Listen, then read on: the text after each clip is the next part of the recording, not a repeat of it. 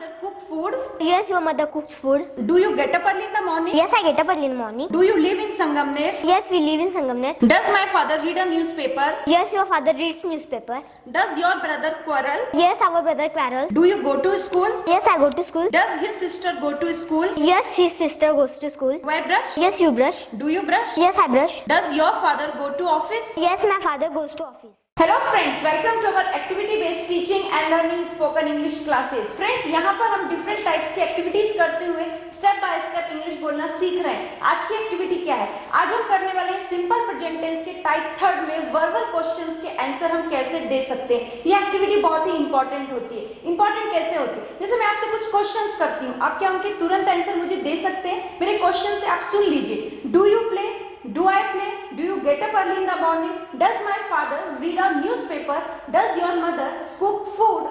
Do your teachers check your homework? तो ये सब क्वेश्चन है, क्या आप इनके आंसर तुरंत दे पा रहे हैं? आपको सोचने में टाइम लग रहा है, आपको लग रहा है कि इनके आंसर्स कैसे दे पाए। तो आज की इस एक्टिविटी में इसी तरीके के मैं बहुत सारे क्वेश्चंस करने वाली हूँ और उनके आंसर्स आप कैसे दे सकते हैं, ये सबसे महत्वपूर्ण होता है, इंपॉर्टेंट होता है। क्योंकि इंग्लिश में कहा जाता है नो क्वेश्चन नो इंग्लिश। यदि आपका क्वेश्चन नहीं फ्रेम कर सकते तो आप इंग्लिश भी नहीं बोल सकते। ये एक्टिविटी बहुत ही इंपॉर्टेंट है। मैं इसे बहुत सारे क्वेश्चन पूछूंगी और यहाँ पर उसके आंसर्स भी आप कैसे दे सकते हैं ये भी आप देखेंगे। घर बैठ के भी आप इसकी प्रैक्टिस बहुत इजीली कर सकते हैं। और यहाँ पर आप देख सकते हैं, यहाँ पे एक स्ट्रक्चर लिखा हुआ है, यहाँ पर स्टैंडर्ड स्ट्रक्चर भी है।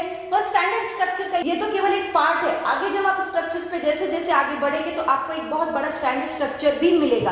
तो फ्रेंड्स, यहाँ पर ये एक्टिविटी आपको ध्यान से देखनी है। और फ्रेंड्स, ये एक्टिविटी केवल एक टेंस की नहीं है, आगे जितने भी पास्ट टेंस, फ्यूचर टेंस और यहाँ पे मॉडल्स, एक्टिव पैसिव वॉइस, उन सब में भी इस तरीके की एक्टिविटी बनती है। इट मीन वर्बल क्वेश्चंस के आंसर आप कैसे दे सकते हैं। ये एक टेंस में नहीं, आगे जितने भी आप टेंस पढ़ेंगे उसमें भी एक्टिविटी इंपॉर्टेंट होती है। तो अभी एक्टिविटी कैसे करेंगे? तो इस एक्टिविटी को मैं समृद्धि के साथ में करने वाली हूँ। समृद्धि हो सकता है कि यहाँ पे कंफ्यूज हो जाए, उसको समझ में नहीं आए कि उसको क्या बोलना है, लेकिन मैं उसको ये एक्टिविटी करेगी और मैं उसको पढ़ाऊंगी कि यहाँ पर उसने मिस्टेक क्या क्या की है और उसको वो किस तरीके से करेक्ट कर सकती है। तो आपको ये एक्टिविटी बहुत ही ध्यान से देखनी है। इससे पहले हमने शॉर्ट स्ट्रक्चर भी देखा था कि वहां पर हमने शॉर्ट स्ट्रक्चर की प्रैक्टिस भी की थी। आज की इस एक्टिविटी में हम स्टैंडर्ड स्ट्रक्चर के साथ में शॉर्ट स्ट्रक्चर की भी प्रैक्टिस करेंगे। तो आपको ये एक्टिविटी बहुत ही ध्यान से देखनी है। आगे मैं कैलकुलेशन भी देने वाली हूँ, आगे बहुत कुछ है इस एक्टिविटी में, इसलिए पूरे वीडियो को बहुत ही आपको ध्यान से देखना है। तो अब हम क्या करने वाले हैं? ऑब्वियसली अब हम यहाँ पर एक्टिविटी करने वाले हैं, क्योंकि एक्टिविटी के बिना हमें इंग्लिश बोलनी नहीं आएगी।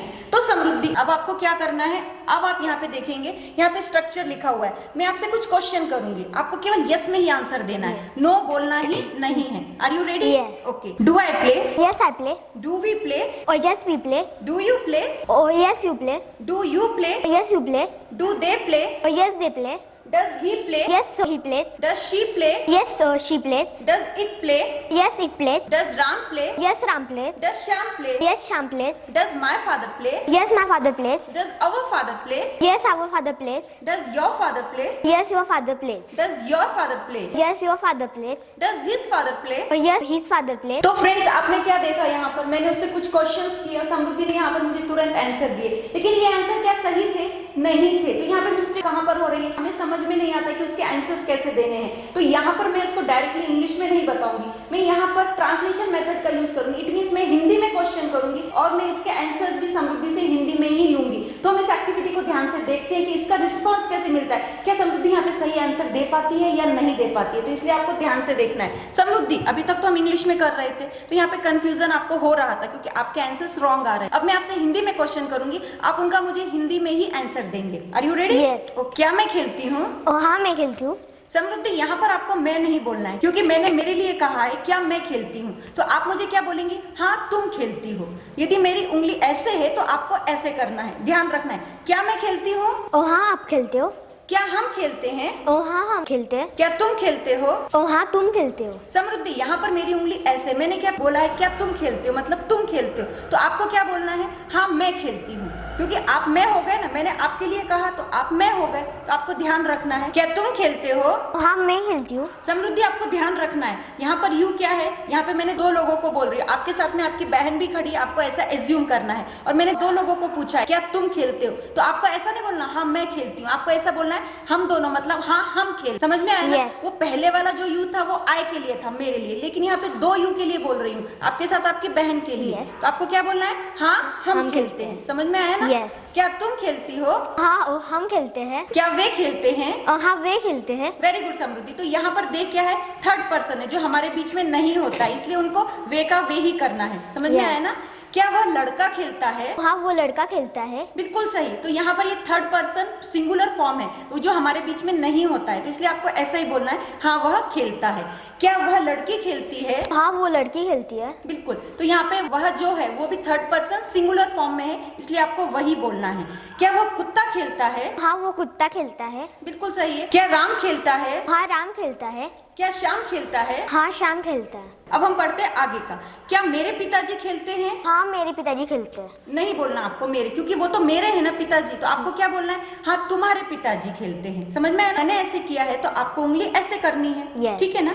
क्या मेरे पिताजी खेलते हैं? हाँ तुम्हारे पिताजी खेलते हैं। क्या हमारे पिताजी खेलते हैं? और हमारे पिताजी खेलते हैं। समृद्धि हमारे कैसे आ गया? I don't know. तो यहाँ पर आपको ध्यान से सुनना है। आप और मैं यहाँ पर ऐसा एज्यूम करना है कि बहन बहन है, तो हम दोनों के जो फादर होंगे वो एक ही होंगे ना। Yes. यहाँ पर इसलिए हमारे आया है, हम दोनों के फादर एक ही, इसलिए हमने क्या बोला? हाँ हमारे पिताजी खेलते हैं। ठीक है? Yes. क्या तुम्हारे पिताजी खेलते हैं? हाँ तुम्हारे पिताजी खेलते हैं। यहाँ पे तुम्हारे नहीं बोलना है, यहाँ पर आपको क्या बोलना है? मेरे पिताजी खेलते हैं। मैंने क्या बोला? क्या तुम्हारे पिताजी खेलते हैं, मतलब उंगली आपकी तरफ है, तो आपको क्या बोलना है? हाँ मेरे पिताजी खेलते हैं। समृद्धि अब आपको ऐसा कंसीडर करना है कि आपके बाजू में आपकी बहन खड़ी हुई है, तो मैं आप दोनों से क्वेश्चन कर रही हूँ कि क्या तुम्हारे पिताजी खेलते हैं, तो आप क्या बोलेंगे? हाँ और हमारे पिताजी खेलते हैं। बिल्कुल सही। मतलब आप दोनों के पिताजी जो है वो एक ही होंगे ना, तो आप दोनों क्या बोलेंगे? हाँ हमारे पिताजी खेलते हैं। ओके, अब मैं नेक्स्ट क्वेश्चन करती हूँ। क्या उस लड़के के पिताजी खेलते हैं? हाँ और उसके पिताजी खेलते हैं। बिल्कुल सही, क्योंकि यहाँ पर क्या है, ये थर्ड पर्सन है जो हमारे बीच में है नहीं, इसलिए हम ऐसे ही बोल देंगे हाँ उसके पिताजी खेलते हैं।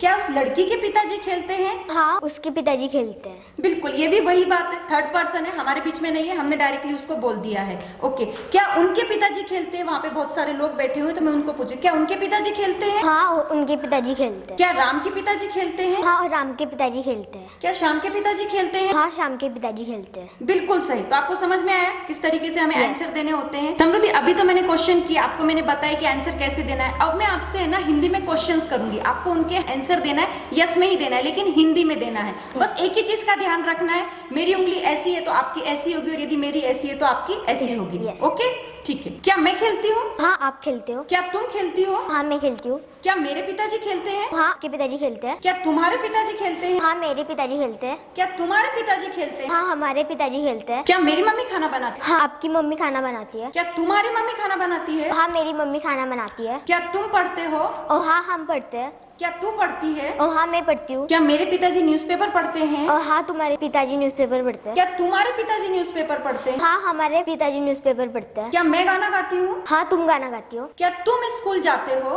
और हाँ हम स्कूल जाते हैं। क्या तू स्कूल जाती है? और हाँ मैं स्कूल जाती हूँ। क्या हमारी बहन स्कूल जाती है? हाँ हमारी बहन स्कूल जाती है। क्या तुम्हारी बहन स्कूल जाती है? हाँ मेरी बहन स्कूल जाती है। क्या तुम्हारा भाई झगड़ा करता है? हाँ हमारा भाई झगड़ा करता है। क्या तुम्हारा भाई झगड़ा करता है? और हाँ मेरा भाई झगड़ा करता है। Very good Samriddhi. तो ये एक्टिविटी आपने देखी, यहाँ पर आंसर्स कैसे दिए थे, तुरंत ही यहाँ पर अभी उसने सही आंसर दिए। अब मैं क्या करने वाली हूँ, अब यहाँ पे समृद्धि से इंग्लिश में क्वेश्चंस करने वाली हूँ और समृद्धि उनके आंसर देगी। तो ये एक्टिविटी अब आपको बहुत ही ध्यान से देखनी है। Okay Samriddhi, do I play? Yes we play. Do we play? और yes we play. Do you play? Yes we play. Do they play? Yes they play. Does he play? Yes he play. Does she play? और yes she play. Does it play? और yes it play. Does Ram play? Yes Ram plays. Does Shyam play?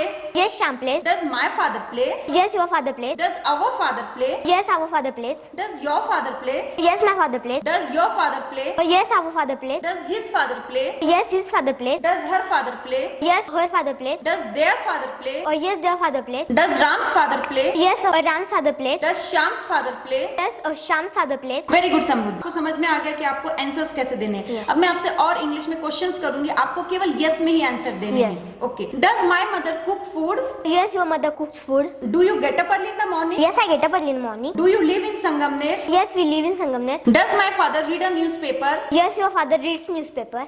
Does your brother quarrel? Yes, our brother quarrels. Do you go to school? Yes, I go to school. Does his sister go to school? Yes, his sister goes to school. Do I brush? Yes, you brush. Do you brush? Yes, I brush. Does your father go to office? Yes, my father goes to office. Very good Samriddhi. तो friends, आपने यहाँ पर क्या देखा, पहले यदि मैंने activity आपको डायरेक्टली बताई होती तो क्या आपको समझ में आता आपको आंसर्स कैसे देने हैं। तो यहाँ पर हमने ट्रांसलेशन मेथड का यूज करके ये एक्टिविटी आपके लिए लेकर आए हैं। और फ्रेंड्स, एक और बात आपको बताना चाहती हूँ, आप यहाँ पर इसके आंसर यस आई डू या ही डज या योर फादर डज ऐसे भी दे सकते हैं। ये हम आगे पढ़ने वाले हैं। अभी हमने क्या पढ़ा था, जो हमने आपको बताया कि आपको आंसर्स कैसे देने। इंपॉर्टेंट चीज क्या थी कि आपने नोटिस की, इंपॉर्टेंट चीज केवल यही थी, इशारा ऐसे तो ऐसे, यदि ऐसे तो ऐसे करना है। कैसे करना है ये हमने आपको बताया है। आपको किसी भी प्रकार का गैस नहीं करना है कि मैम ऐसा कर लिया, हम मन मन में पढ़ लेंगे हमारा हो जाएगा, ऐसा कुछ भी नहीं होगा। आपको जोर से बोलना पड़ेगा। हमने जैसे यहाँ पे प्रैक्टिस की थी, आपको वैसे ही प्रैक्टिस करनी पड़ेगी। आप अकेले हैं, घर में बैठकर भी इस तरीके की प्रैक्टिस को कंडक्ट कर सकते हैं, लेकिन मेथड कौन सा यूज करना है ये हमने आपको बताया है। और फ्रेंड्स, ये तो केवल एक ही स्ट्रक्चर की प्रैक्टिस है।